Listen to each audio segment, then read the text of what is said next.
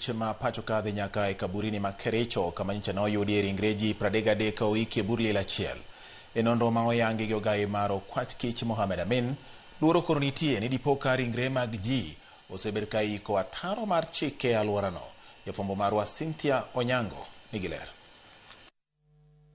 E nonro ma osebedo ka otelne kod director mar okwach kich Mohamed Amin, jatim nonro mar ringre Martin Nyoguto kod jatim bero mar sirikal Dr. Richard Njoroge, duoko mawie nonro margi ne ringre 33 manyocha oyudie bur liel ma Kanyakla e kaunti ma Kericho omedo kelo luoro ni mar ni dipo ka rem kod buono chik osebedo e yore iko ringre mawegi ok okawo kod manenore ka timbe njore ma piny makelo buok. All the remains recovered from the mass grave where we are standing this morning actually originated from Nyamira Teaching and Referral Hospital mortuary. This represents, ladies and gentlemen, a significant and highly suspicious and authorized disposal of additional human remains. Kinde limbe mar Amin e kar ikno, Amin orango machiegni kendo keto lera yanga ni nonro ma wiyo nyiso pogruok maduong' e kind ringre mane doho chiwo thuolo mondo oiki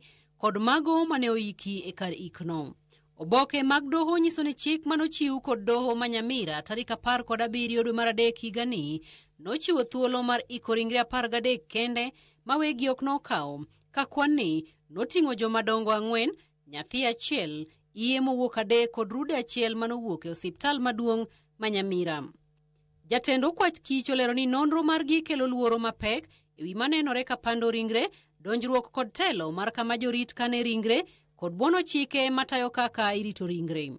There was a discrepancy between the authorized disposals of 13 unclaimed bodies and the actual remains recovered from the cemetery, which is 33 bodies along with 6 body parts. 2, an authorized high number of fetuses and infant remains. Obila mag okwach kich bende lero ni giyudo boke bura mondi kod lwedo machiwo thuolo mar wito fuoni mag dend dhano mong'adi moting'o tielo 5 kod lwedo 2, kendo bokegi obila okawo mondo konye timo nonro matut.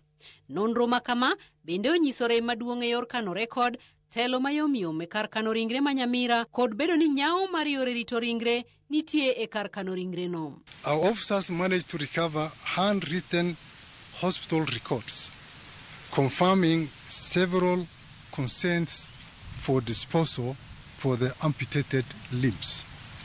And that now gives a direct correlation, the amputated limbs that we recovered from the cemetery and what we are able to obtain from the hospital records. Duoko machielo mar nonro mar okwach kich bende yango ni nyithindo 46 chalo manowito ngimagi e ward kendo ringregi notere kar kano ringre.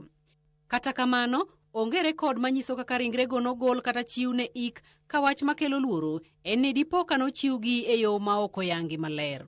Whereas the hospital records indicate that 46 infants may have died in the wards and were taken to the morgue, the mortuary records do not account for the discharge of the 46 infants or fetuses whose remains may have left the morgue under unclear circumstances.